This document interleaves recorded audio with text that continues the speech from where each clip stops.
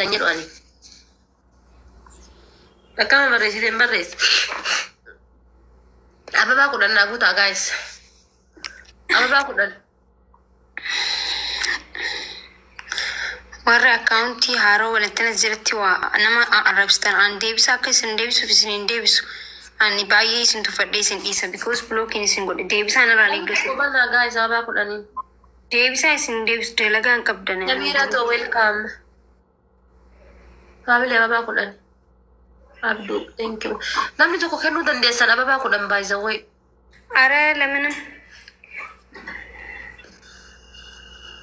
Dadhabne abuuz billah. An kana booda amma bar. Kana booda akka barbaades ta'u. Fedhus uffadhu fedhus mulqadhu.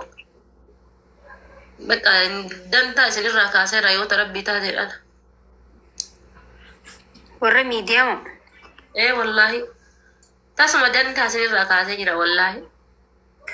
An warra miidiyaa kanaaf wallahi bikkuma takka hin qabuuf because maaliif jennaani bakka wanti ilmi namaa jedhamu hunda naan jedhin waan jiraniif guyyaa tokkollee Oromoon takka namni tokko waa hojjettee fi galata qabdaa bar.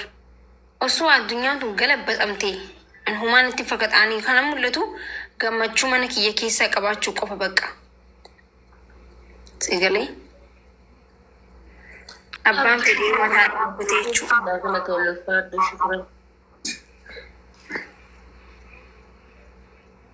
Ani faati waa meeqa isinii danda'e waa meeqa? Wallahi. Sheekiin irraa haasa'e, qeesiin irraa haasa'e, diqqaan irraa haasa'e, guddaan irraa haasa'e.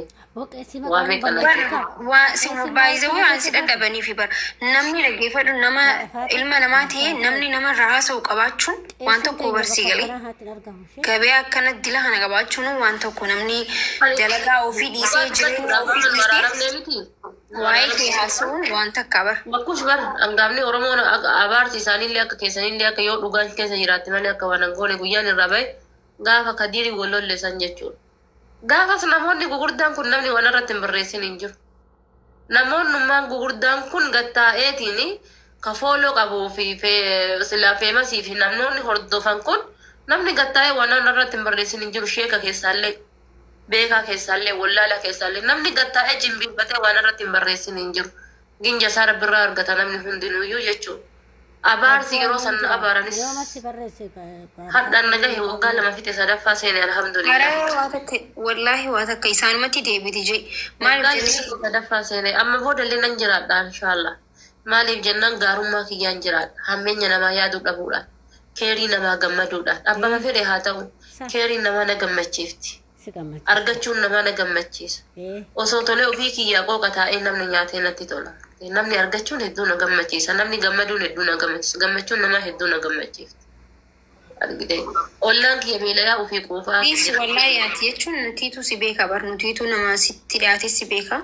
Hedduu nama gaariidha dafaate jechuun akkasini jechuun nama hariiroo namatti hedduu hojii qabdu hojiif namni waa hedduu sinja amma saajaan dura saajaan si galee waanyuu qabaachuun waan takka sin guutu jechuun waan takka namni waan takka silaa namni waa nama godhe bar anaaf ibsaa waa godhanii bar rabbumaatutu tarabbii ta'e malee silaa akka namaatiin wanti asirratti miidiyaa kanarratti hin godhamne hin jiraame ammallee soo garuu dhagaan jiru takkaatu fan itti goona wanta namni godhee itti qofallachu because namni dalagaa isaa dhiisee hojii isaa dhiisee kaayyoo isaa dhiisee waan bakka nama abdii murateetu nama jala deemeetu waa'uma nama haasa'u si galee warra abdii muratee jechuudha. Kanaafuu ati immoo nama abdii qabu nama kaayyoo guddaa qabu nama waliin beeka waan ati jechuun keessa jirtus waan ati yaaddus saayibateeti waan ta'ellee jechuudha. Kanaafuu irra laalinati. Akkasitti yaadaan jechuudha. Nama kaayyoo hin qabneetu gizee hundaa'u waa'ee keessaa dubartii taate waa'ee dubartii waasoitu የበታችነት ስሜት ጃ አማሪ ማል ጃ የበታችነት ስሜት በራሳኒ ዩቲበር ጋፋ ናሞኒ ቶከ ወል ፉዴ ወል ገዲሴ ሀደፋቴ ጋፋ ጃርሳ ጃርቲ ወል ሎል ወል ዳብደ በር ሀደፋቴ ጋፋ ናሞ ወል ፉዴ ሀደፋቴ ገራኑያት ማልታይ harkaanu ka qaba fayyaa qaba osoo dhukkubsadee afoo keessa namni guyyaa takka waan guuraa jedheeti guyyaa isaan garaa nama nyaatan miti isaanuu garaa nama Nyaata nyaachuu jira. Maaliif jennaan?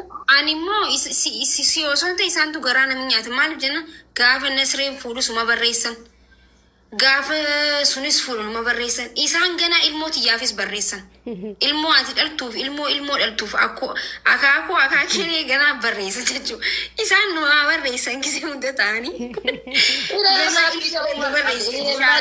Bitaan isaa dhuftu mirgaan isaa dhuftu hireen harka rabbii ta'uu wallaalu dhabuu isaaniitu gaafii natti ta'a. Maaliif jenna ani wallaahi billa jechuudha. Gizee waliin qoosnu san nu arfana ma'ana jaalfatiidhoodha makiidha. Gizee waliin qoosnu san jechuudha.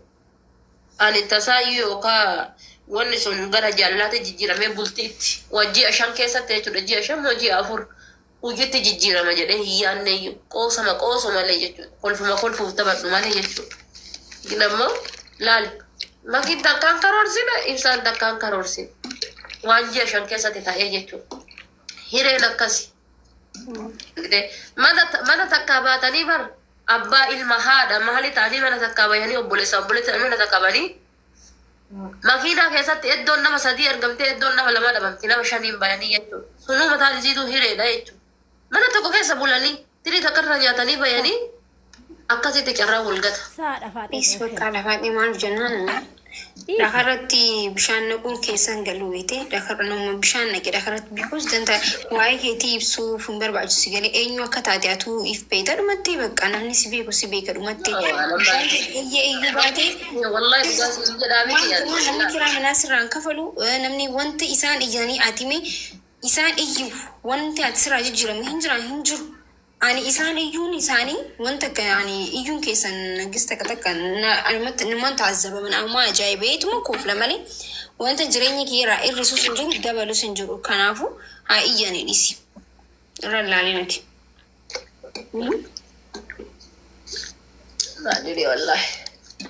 Ana bar osoo warroota wal fuudhirraa maashaallah jettanii hadiyyaa bittanii fi sappoorti gootanii hamileetti taatanii maashaallah jettanii daddadhaabattanii paawuriitti taatanii paawuriitti hortanii wallahi billahi heeruma nanawwaa jechuun yaa rabbi dhugaadha naan jedha warri koomentii jalatti heerumi jedhu kun dhugaa jedhe bakka akkasin mooraalii godhadha.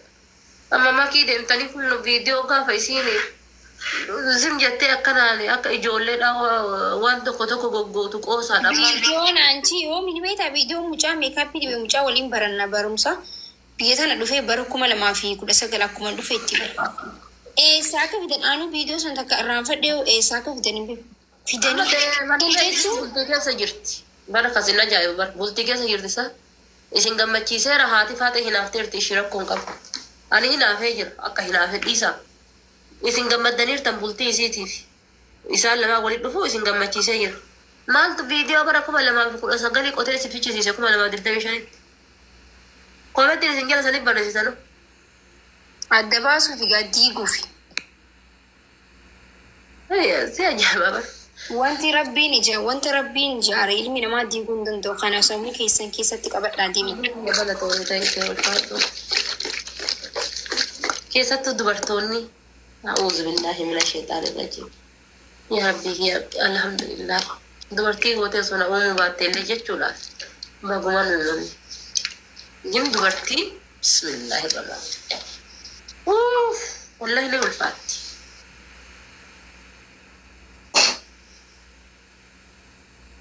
namni waan an arge argitan namni akka kiyya akkas taatan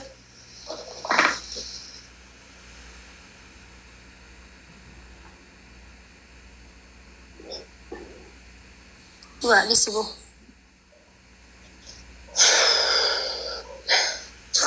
Abduu koo galatoomi. Ababaa sadi kenna guys.